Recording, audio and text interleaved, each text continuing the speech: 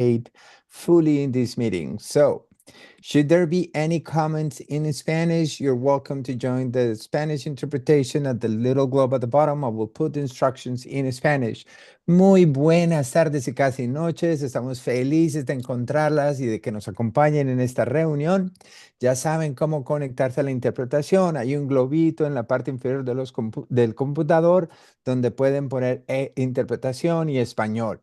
Si no lo encuentran ahí, vayan a los tres punticos y seleccionen interpretación, español y terminado. De igual manera, voy a poner las instrucciones en el chat para que todos puedan seguir con la reunión. Back to you, Kristen. Thank you. Thank you so much, and thank you to those who have just joined us. We're so excited to be doing another Moms Rising Community Zoom. We are here to take action together, to be in community with one another, to learn together, and we're so excited to be in movement with each of you because we have never been needed more. You who are joining us tonight have never been needed more. So we're so thankful that you're here. If you haven't put your name and your city in the chat yet, please go ahead and just do that. And speaking of please use the Q&A function on Zoom for any questions that you have, and we'll do our very best to answer them. And also, feel free to use the chat for any thoughts, and also feel free to use that react button for any hearts, any claps, or other feelings. Feel free to drop a unicorn in there too. I want to welcome everybody again to our Moms Rising Community Action Zoom. And as we dive into our Know Your Rights conversation, we are going to also share some actions in the chat. We have an action, sign on to tell your member of Congress to pass Protecting Sensitive Locations Act. I'll put that in when I'm done talking. We have another action on March 4th. We are drawing thank you notes to our teachers, to our principals. You could pick one person in each school, take a picture of it, put it up with a hashtag. We have instructions on the URL that we're about to put in the chat in a second, and do that on March 4th. Then the next one, it's so much fun. Sign up for our Moms Next Door pilot project, and we'll give you a monthly toolkit of ways you can take action. Everything from playgroup support to book groups to mutual support. So we'll put that in the chat as well. Now, without further ado, I'm delighted to welcome and pass the mic to Donna Norton, the Executive Vice President of Moms Rising, to give us a little bit more background on what we're learning, doing, and in community about tonight. So thank you again for being on. You are definitely the future we are waiting for right now, the leaders we are waiting for right now. And welcome, Donna, to you. Well, thank you, Kristen, and thank you everybody for being here. It's just amazing to see all the names and the places people are coming from tonight. It's just so uplifting to be here together and to see so many people who really care about our communities. And, you know, like many of you, I know how integral immigrants are to our families, our workplaces, and our communities. My own mom was a refugee from China. My kids' first beloved childcare provider was an immigrant. Their pediatrician was an immigrant, and like half the staff at the place where my dad is at assisted living are immigrants. And, you know, that's not unusual. Immigrants are really integral to our families and communities, and many of us have an immigrant history. So it really is time for all of us to stand up for each other and make sure we know what we all can do, whether we're immigrants ourselves or want to support immigrants in our communities. And tonight we're going to find out how. We're going to hear from Sabrina Sergil and Michael Lukens from the Amica Center on Immigrant Rights, who will talk about what we all need to know about the rights of immigrants and what we can do to make sure these rights are respected in our workplaces and community spaces. And then we'll hear from Cesar Moreno Perez from the American Federation of Teachers about what schools can do to protect immigrant students and what we can all do to make sure that all the schools in our communities are supportive of immigrant students. And then we'll hear from Moms Rising's National Director of Youth Justice, Beatrice Beckford, about how these actions fit into the broader campaign to create inclusive and safe schools. So as Kristen said, please put your questions in the chat and we'll answer as time permits. And we will get started in a minute, but first we'll hear from our fabulous Mamás con Poder Vice President, Xochitl Oseguera. Xochitl. Hola, bienvenidos a todos. Qué gusto estar aquí con ustedes. My name is Xochitl Oseguera. I am an immigrant, a military mom, and the Vice President of Moms Rising Latinx program, outreach program, Mamás con Poder. With more than 63 million Latinx people in this country, we account nearly for 1 in every 5 people in the United States. At Moms Rising, we understand the importance of reaching out to our Latina mothers. Mamás con Poder brings the voices and real-world experiences of our Latinas straight to our local, state, and national leaders. We mobilize multi-generational Latinx families in key states with our bilingual language model and culturally relevant content creation. We focus on educating, uniting, and empowering Latinx moms to take action on the issues that are important to us. Immigrants, as we all know, are our families, our neighbors, our friends, our co-workers. Unfortunately, immigrants were the subject and target of intense disinformation efforts during last year's elections cycle. And we will continue to be the target. With approximately 16.7 million people in the United States living in a mixed status family, I'd like to say today to all the immigrant families listening, you're not alone. Moms Rising will be fighting with you and for you. Thank you for joining the fight with us. Thank you, Xochitl. Next, we will hear from our first speakers, Sabrina Sergil and Michael Lukens from the Amica Center for Immigrant Rights. Sabrina is a staff attorney and Michael is the executive director. And the Amica Center provides legal defense and strategic litigation for immigrants facing deportation or detention, regardless of background. And we're so happy to have you with us today. Michael and Sabrina.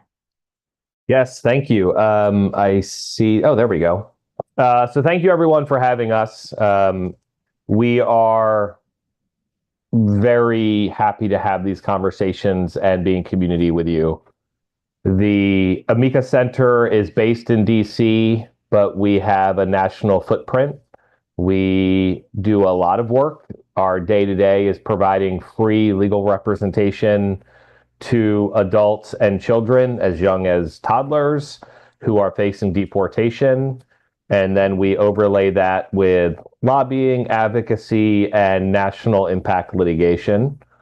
So there's a lot going on. I think our plan for the next 15 minutes is we're going to talk a little bit about big picture, what's happening.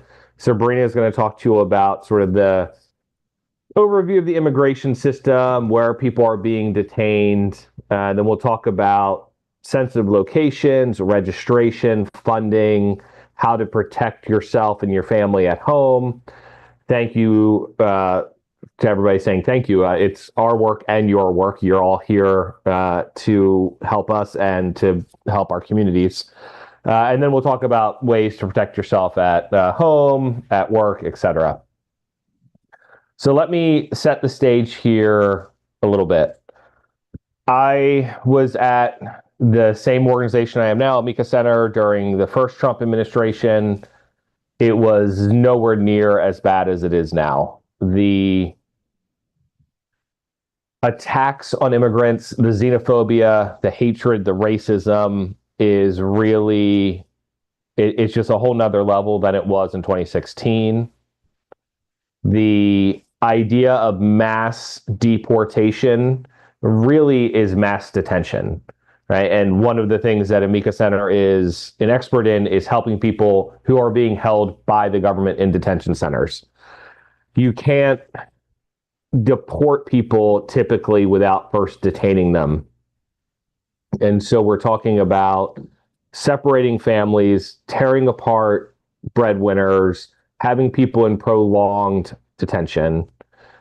And then we overlay that with this very clear effort to fearmonger and to make people afraid so that they are scared to go to school, right? Scared to go to an emergency room. Maybe they remove themselves from the country. So when you hear Stephen Miller and Tom Holman and Trump and Elon Musk talk about people in a way that dehumanizes them, that's the plan. And we're going to talk about how to combat that, but I want Sabrina to first talk to us about, like, what does this all look like? Yes. So thank you, Michael, and hello, everyone. Thank you for joining. So kind of on the ground, we interact with people, especially in the detained adult program, which I'm a staff attorney in, within these ICE detention centers, some of which are run directly by ICE and others which are contracted out to the GEO group. But what Michael was saying about fear mongering is exactly right. Beyond the policies that we're seeing on the ground directly impact people, with more people getting detained, especially more people with no criminal history, people who are being detained at biometrics appointments or ICE check-ins and then end up in ICE detention. It's all splitting families apart, but it's also forcing people into a state of hiding. And so that kind of sets the scene for where we're at. Beyond ICE detention centers and whether they're run by ICE themselves or a private prison company, ICE recently has been putting people into federal detention centers, federal prisons. There's holding rooms, as you've probably seen on the news, Guantanamo Bay. But all of these spaces are kind of rife with human rights violations. And what we have been trying to do is provide access and be able to, work and prevent as much as we can these mass deportations, because there is still a level of due process for many people. The Trump administration and this current administration likes to talk about how they want to just deport everybody and anybody, but us and other immigrant rights organizations are trying to hold the line because there are certain due process protections. And so, and one of those being, and something that we're fighting for, is the right to counsel. There is no universal right to counsel for people in removal proceedings. And by removal proceedings, I mean deportation proceedings.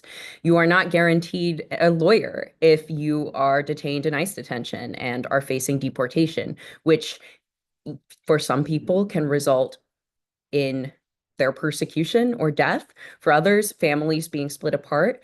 And so we're fighting for universal rep. And I can tell you, as a lawyer working in the system, it is still very challenging and confusing and hard with an understanding of the law. And so for many immigrants detained in the system, there is little to no access to a lawyer. And that's why other programs like legal orientation programs are very important. I don't know if you want to speak a little bit on that, Michael, but that's kind of an overview of the system we're seeing and interacting with today. Yeah, absolutely. And you have, brilliant attorneys like Sabrina, right? And then you have people trying to do this without an attorney, people who maybe don't speak the language, maybe they didn't graduate high school, maybe they're a child. Like, this is absurd to think that anybody can fight their court case without an attorney. So, recent updates on things that have been going on. I want to first talk about the news this week on registration. So, the Trump administration and Secretary Noem announced that they were going to roll out a requirement that every person who is in the country with basically a non-citizen would have to register themselves. They would have to go to the government, give them their fingerprints, their name, their address, and if they didn't do so, that Well, according to Secretary Noem, they would be, quote, hunted down, right? And then there was also this statement of like, if you come forward and you register, that maybe we will let you come back in to live the American dream. First of all, none of this is based on the law. None of this makes any sense. Second of all, there is no system to register people. And to the person who wrote, "It sounds like a trap," it is a trap, right? Trump is unhappy with the numbers of arrests and deportations. They're trying to find any way to move those numbers up. And so trying to scare people who are living here without status into presenting themselves so that they can then be deported is just insidious. And they also talk about in this announcement that you have to carry your papers with you. And I don't think it's that hyperbolic to say whenever a society starts to tell one subset that you have to register and carry proof of who you are, that is not a good historical example, right? That is an abhorrent trend that should never be allowed to happen. You take that, and then you take this other announcement that they're going to go out and try to arrest unaccompanied children that cross the border without a parent or a guardian. And you have two major pieces of fear mongering this week. And it's disgusting. It's targeting children, and it's really, really bad. And then we also had, Sabrina, if you want to talk about the sensitive locations revocation. Yes. So since 2011 until January 2025, there was a policy in place that enabled schools, churches, and other religious institutions, hospitals, etc., to be sensitive locations that immigration enforcement, such as ICE, could not enter and could not touch. The Trump administration completely rolled that back. They got rid of this policy, opening up these sensitive locations for immigration enforcement. There has been active litigation along this topic, and there are a few different religious organizations and other immigrant organizations fighting for this to be revoked. But what this means, especially for schools and parents, is that schools now are hypothetically open to ICE enforcement. We really haven't seen raids at schools yet, but it is a possibility. And so fighting for schools, hospitals, religious institutions to be sanctuary locations, sensitive locations, once again, is completely important, because what this does is, carve an entire group of people out of public life, make it feel unsafe for children to go to school, for parents to send their children to school, and it is incredibly dangerous. And so as of right now, this sensitive locations policy is revoked. Litigation, I believe, is ongoing, and hopefully we can fight for this to be changed. But for now, it's important to know your rights and know the rights that parents have, children have in these spaces, because they're no longer exempt from ICE enforcement. Yeah, absolutely. Thank you, Sabrina. And real quick, because I want to get to ways to protect yourselves and your community members. The other thing that this administration is doing is targeting funding, much like they're doing with USAID. Kids in this country are provided an attorney at the expense of the federal government. It is groups like Amica Center and 85 other nonprofits across the country. We provide free services. Some of that funding comes from Health and Human Services, and that funding is being attacked. So that is something we're working on as well. But let's talk about, we have about 6 minutes. I think we're right on track. What rights people have, how to protect yourself. So let me start with a very basic statement. Just because you or a person is here without status does not mean that you do not have rights. Okay, ICE, the Trump administration, want people to think that. That is not the case.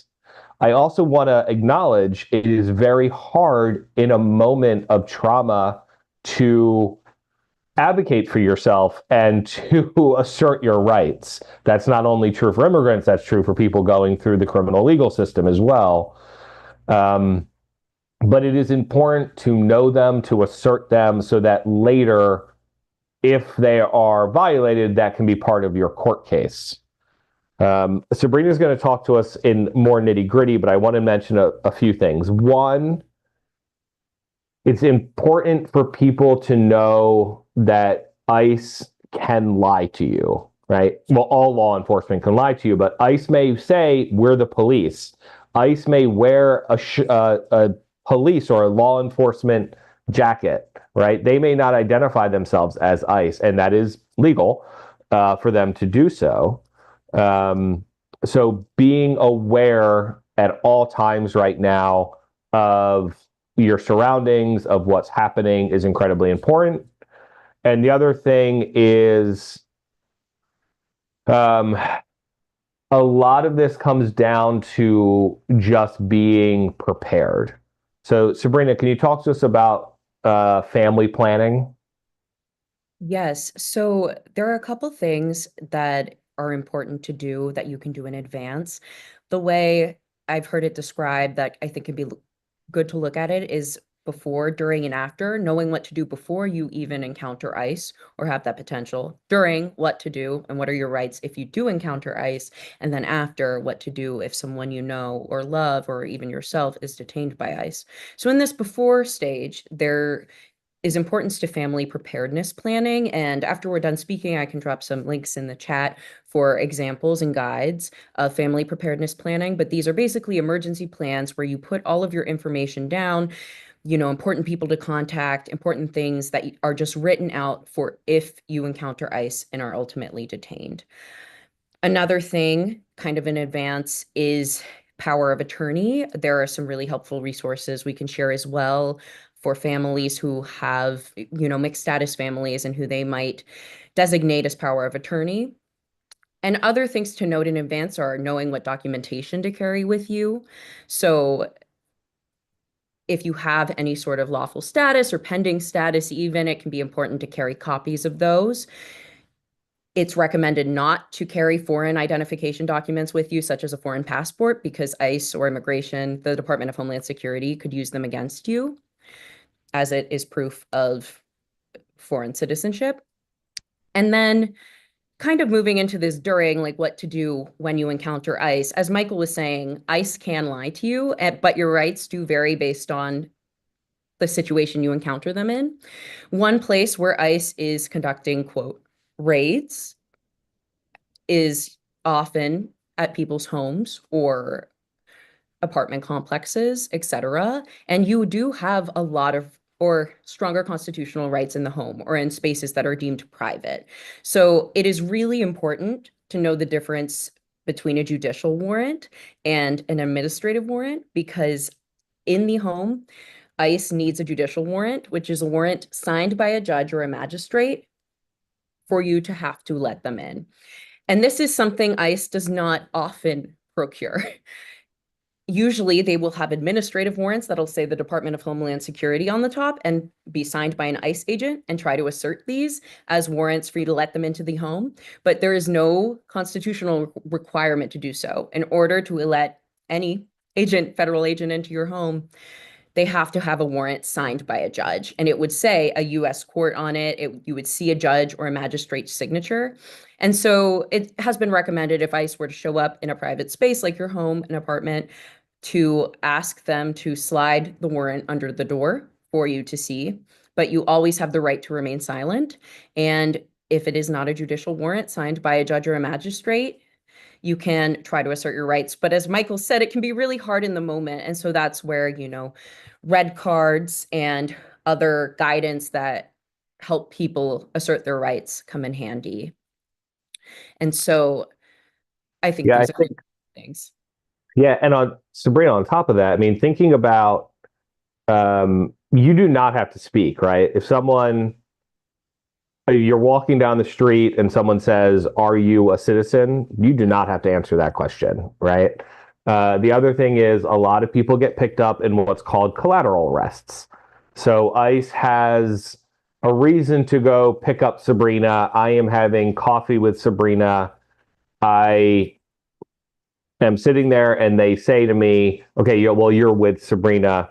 Show me your documents. Are you a citizen? At that point, you can say, am I free to leave?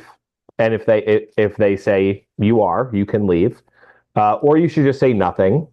It is important not to lie because a lot of immigration benefits are discretionary, and lying to the police, lying to ICE, lying on a piece of paper can really damage your court case later. The other thing is you don't want to run because that can also look bad later. If you are a citizen and you are in a safe space or a safe position, like videotaping with your phone can be important, an important way to help people. And I know we're running up in time. I want to say a few things about the workspace. And ICE raids at work are going to echo a lot of what you're going to hear about ICE in schools. So ICE can enter the same public area without a warrant that anybody in the public can enter. Your hotel lobby, the dining room of a restaurant, they cannot, without a warrant, enter a private space in a workplace. What this means is a couple things, and a lot of this again goes back to planning.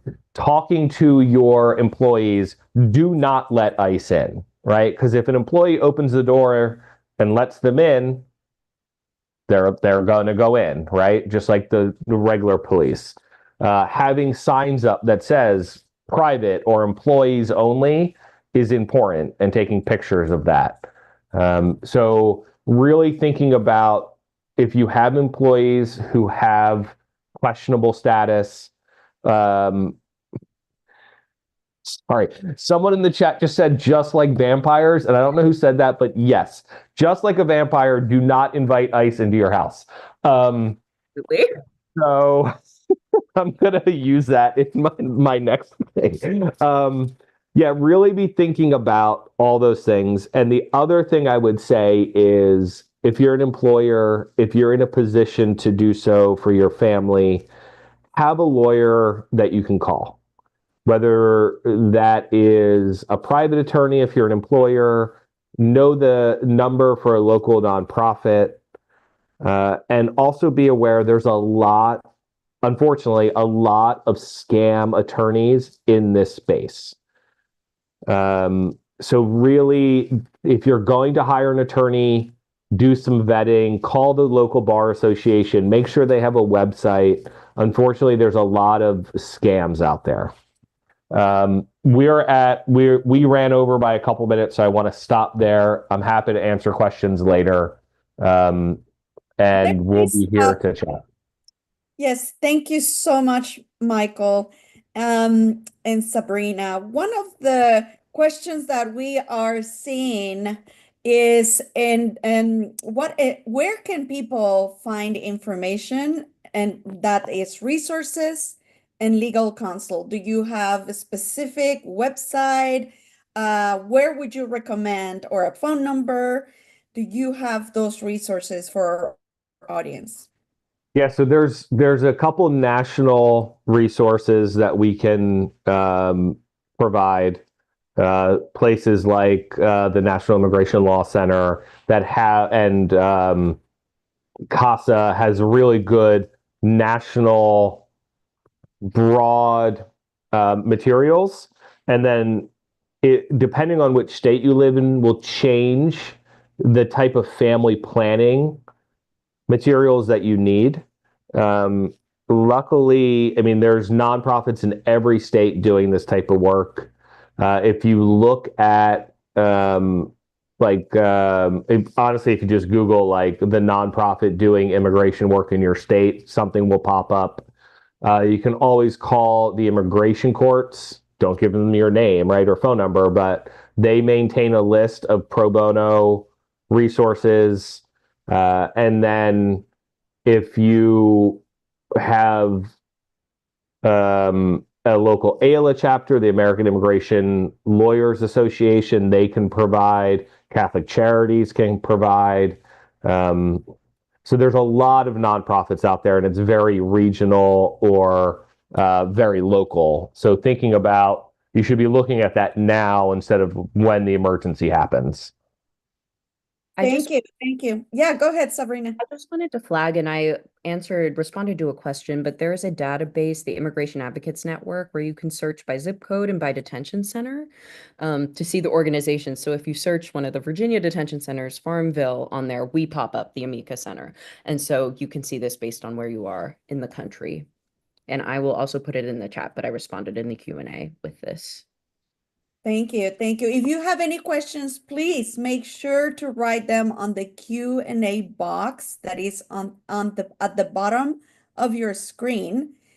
Our panelists will be looking at them when they get a chance, and resources will be shared on a follow-up email, including wallet-sized cards of Know Your Right cards that can also be handed to ICE when asserting the right to remain silent.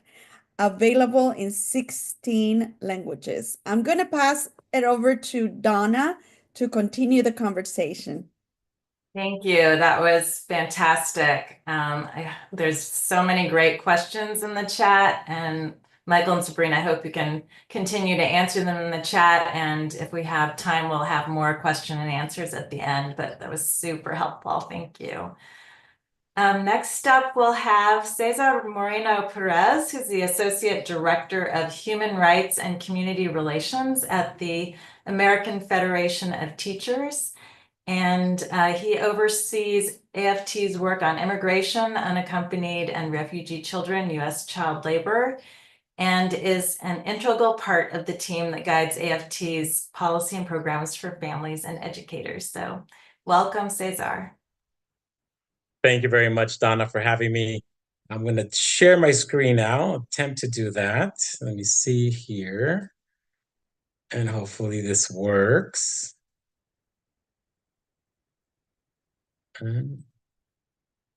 Okay, so good evening, buenas noches.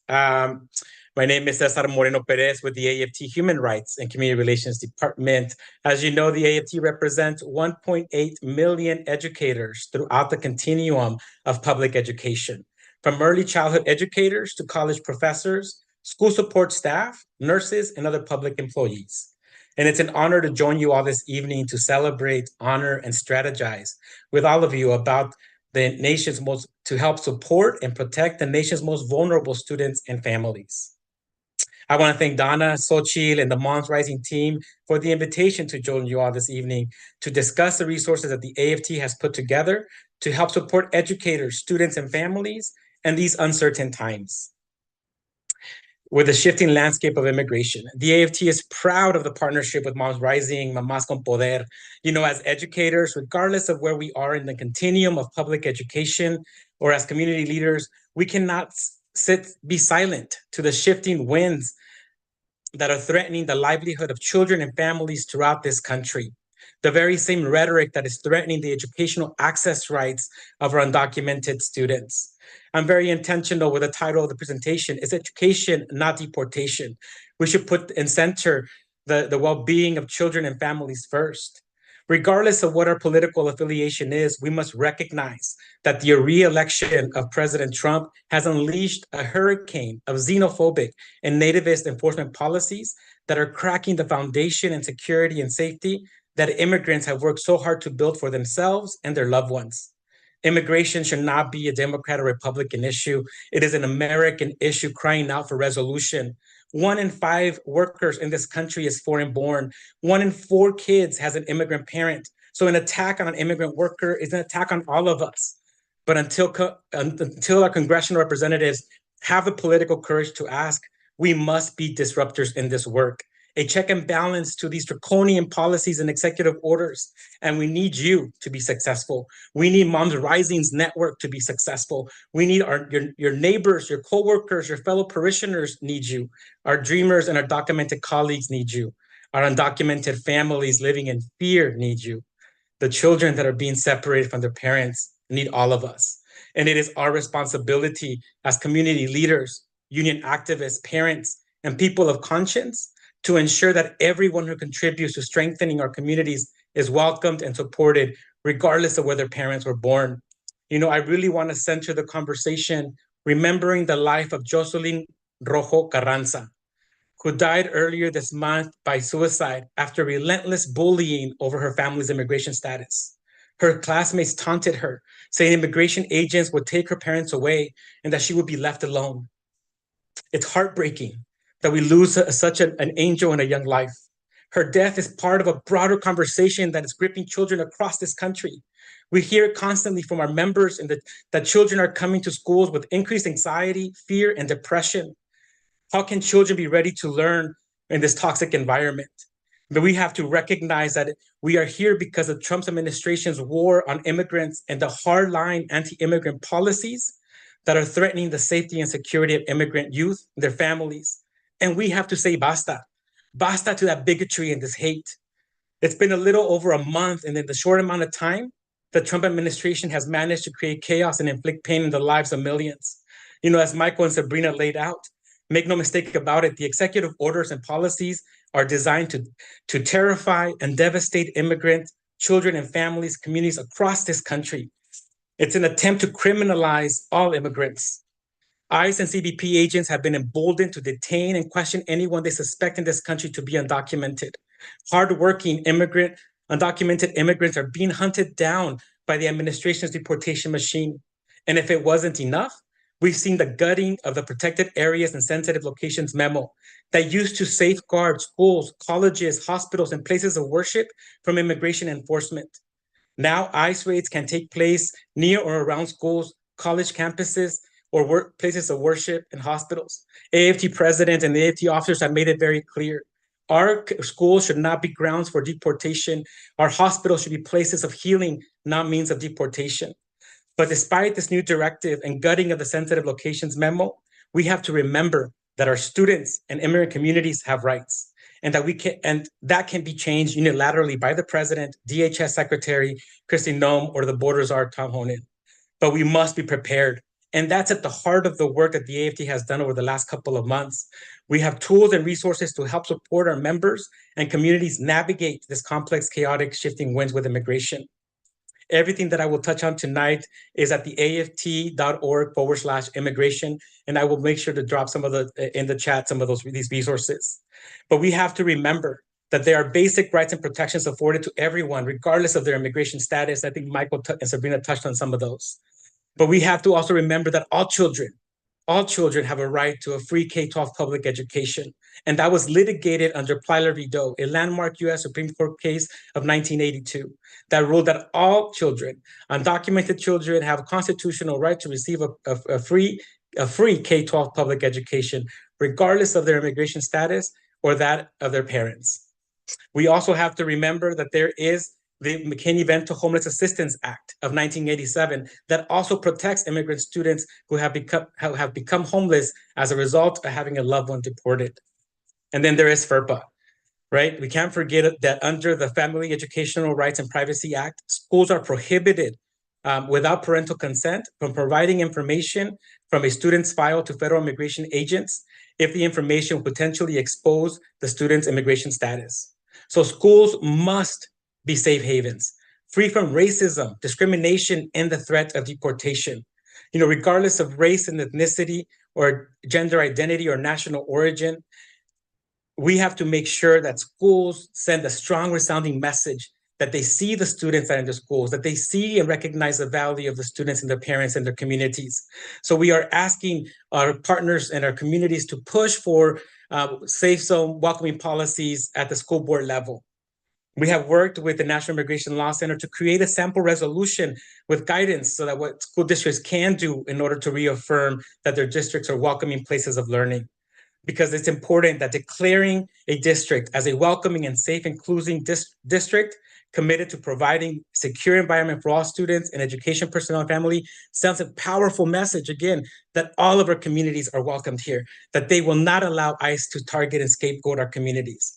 And then again, we understand that these resolutions are not going to be passed in its entirety, but in the language that we propose, but they got to be adapted locally. But the important thing is for parents, for all of you in this network, to be able to ask those questions is if the school has a policy in place, is there a protocol in place if ICE were to come to our schools, or if there's border patrol near or around school? What are we doing to ensure that our families again feel safe and that students feel welcomed?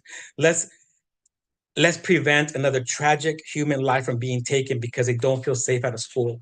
Let's not underestimate, again, the trauma, chronic and paralyzing fear that results from the increased enforcement actions by ICE. We know that ICE enforcement actions are an affront to the work that we do as educators every single day. And it's a crippling blow to the hopes and dreams of undocumented students. In Chicago 3 weeks ago, some of you may have heard that there was a false alarm of ICE that has shown up at a middle school. Well, that sent the chilling effects throughout the Chicago area. One of our bilingual education teachers and local union leaders reported that families stopped sending their kids to school that week. He started reporting that in conversation with parents were contemplating leaving the country, taking their US-born children. And so again, this is, again, by no mistake, right? Because we know that this administration has a very much calculated attack against our immigrant community to create fear and make sure that people again feel that they're not welcomed in the community. So we have to be able to push back. But again, these incidents are not isolated. They're happening throughout this country.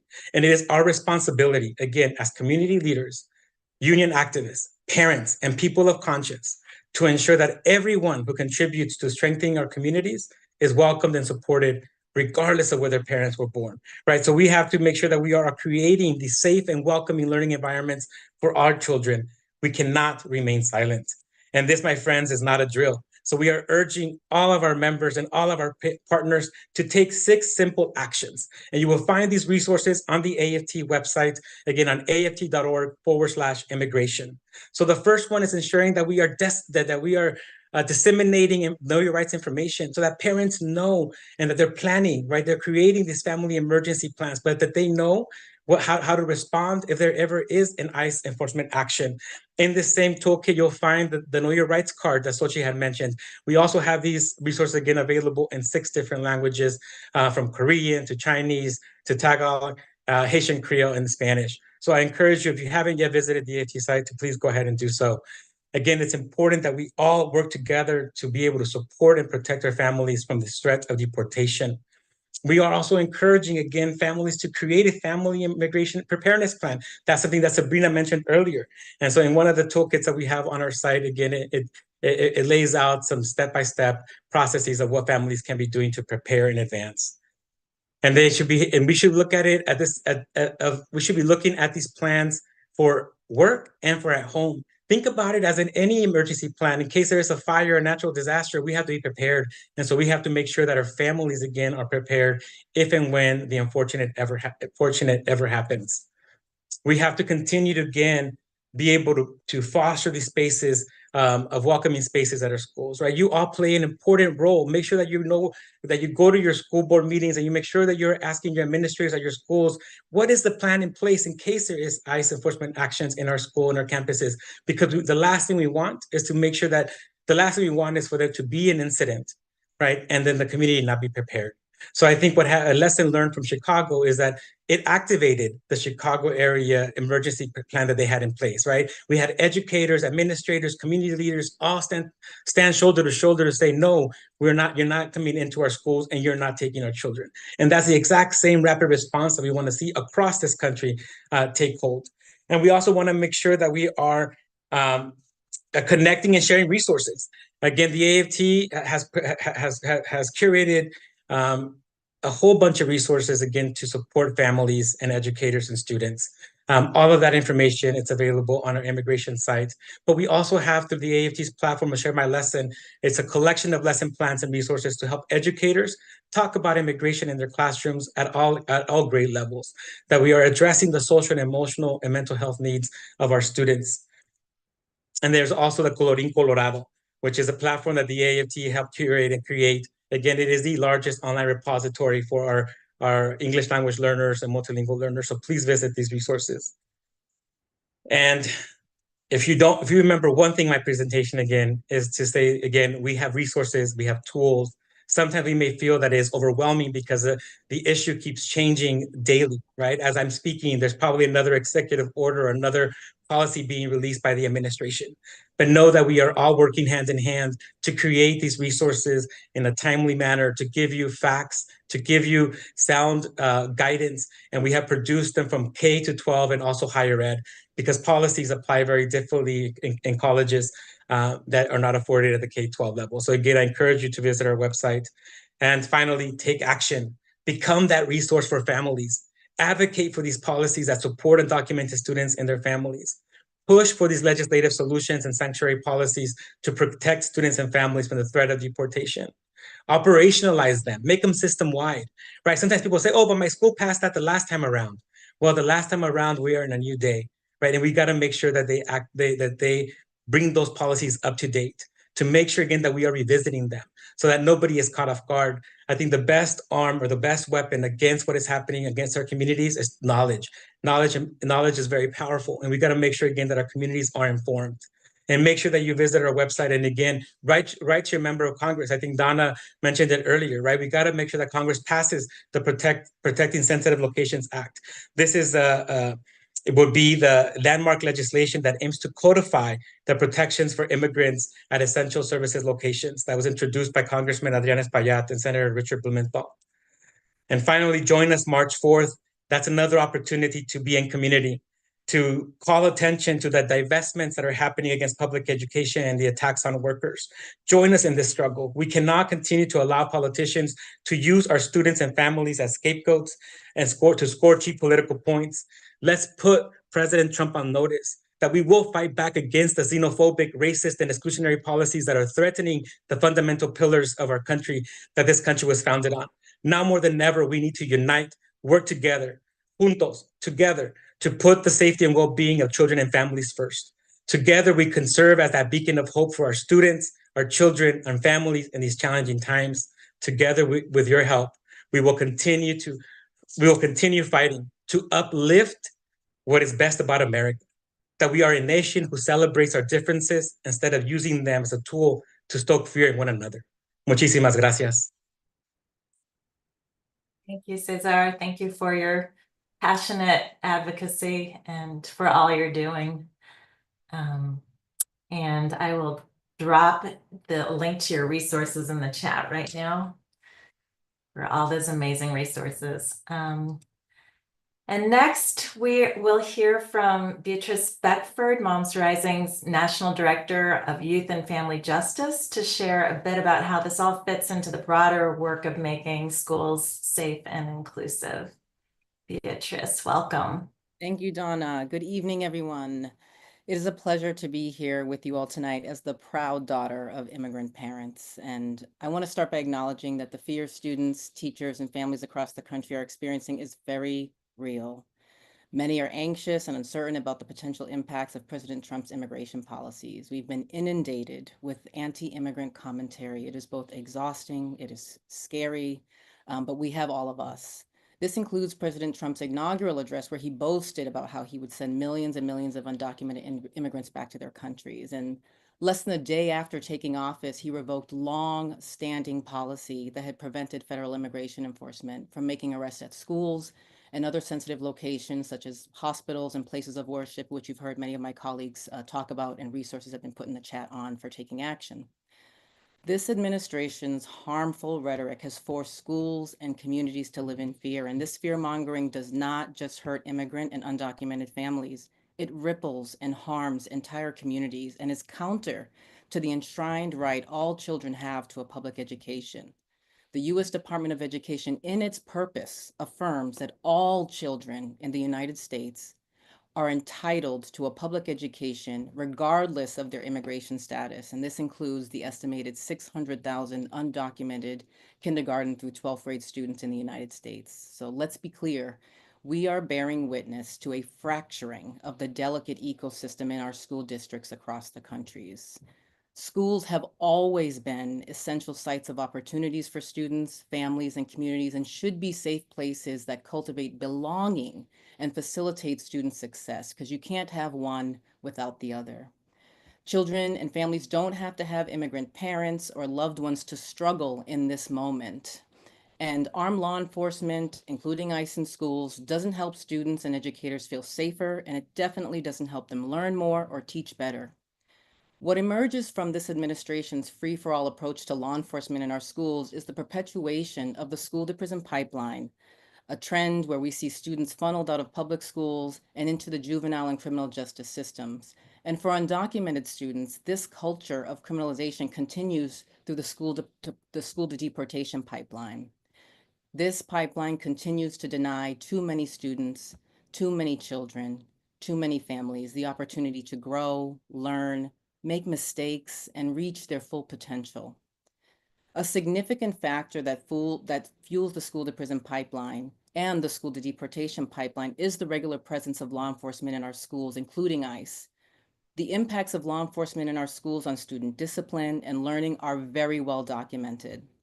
This includes the correlation between the increase in the number of officers and law enforcement in our schools, which is associated with the increased use of suspensions, expulsions, and increased interaction with the criminal legal system, including ICE. Suspensions and expulsions and even minor disciplinary actions can put undocumented students in further jeopardy of ICE involvement. A school that loses students to deportation becomes fractured. Friends lose classmates, teachers lose their students, and this devastates school communities.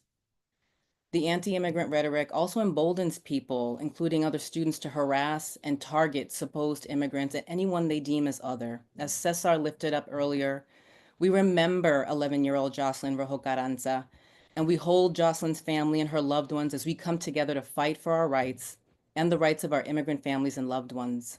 We cannot allow another family to be devastated in this way.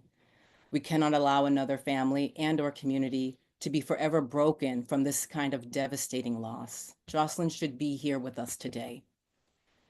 It is the responsibility of all of us to protect this delicate ecosystem in our schools because learning is a tender thing and we must protect it. At Moms Rising, our brilliant staff and our members are working tirelessly to provide the most up-to-date resources and information to protect vulnerable families and to protect our schools and communities. And together, we hold the power to keep our school spaces free of criminalization and a place where students feel safe, welcome, and can thrive. And that said, there have been a lot of resources that have been shared with you today, and I encourage folks to use every single tool that we have on the table. And I want to share some immediate actions that you can take today. First, we have to check in on our people. You don't need to be smart on policy to know that our folks are scared.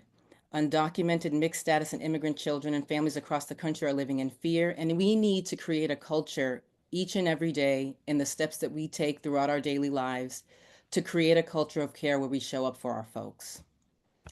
Second, we have a template of a letter to your principal of your school, your local superintendent, your school board, even your school LSC that you can use today. We'll drop it in the chat that urges them to affirm their commitment to all students and to ensure that schools are safe, welcoming, and provide. This letter is provided by our partners at the Leadership Conference. You can use this letter today, immediately. Send it via email, go into your school when you're dropping your children off tomorrow, and be the ally that our immigrant communities need right now. Third, if you're interested in getting involved in organizing efforts to dismantle the school to prison pipeline and to protect our schools and students, we'll put a link in the chat where you can sign up to join other Moms Rising members and activists who are taking action to support our immigrant families and protect our delicate ecosystem in our schools now. And lastly, because I know a lot of information has been shared tonight, thank you all for being here. It matters for everything that you're doing to protect our schools and communities. And as Cesar said so beautifully, for being the best part of our leaderful movement, because we need all of us and we will win. Donna, I'll pass it back to you.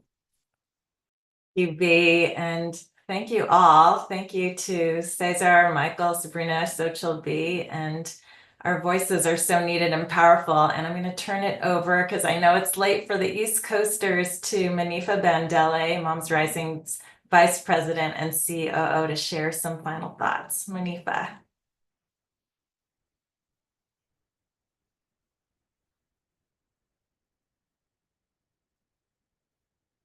Or I think we may have lost Manifa. But I will drop a couple things in the chat. People have been talking about the importance of telling Congress to protect sensitive locations. I'm going to drop that in the chat. And let's see if Manifa is still here. Can you guys hear me? Great, welcome. Oh, thank you. I just want to say that I know this has been a really heavy session, and I hope that people really take time to care for themselves. Part of why we are putting forth a lot of grassroots opportunities for you to join Moms Rising, to come together, is because not only can we take action to fight back at what you've heard this evening, but also coming together will heal us, right? It will heal us, it will uplift us, it will help us to care for our families and our communities. Like Beatrice said, we're so glad that you joined tonight. And Kristen is going to drop in the chat where you can sign up for future Moms Rising events.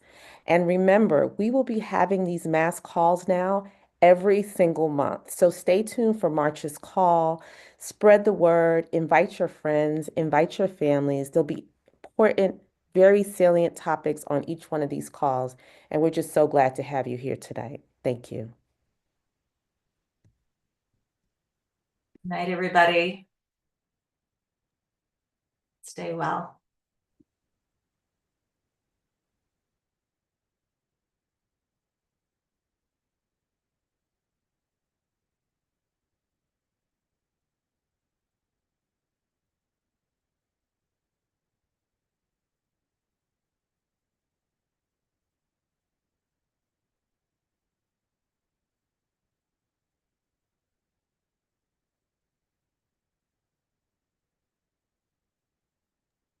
So till we have 15 minutes left, I believe, for questions or not?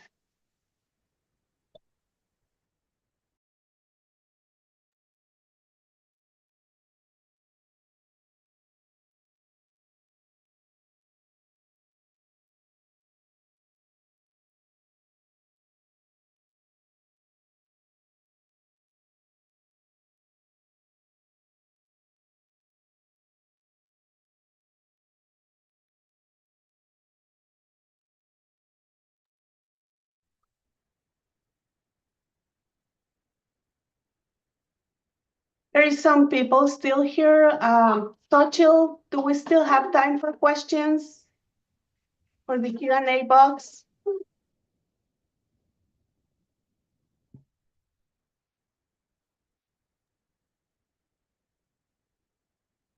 I think that our guests have signed off, so we can continue to answer questions in the chat if people are still on.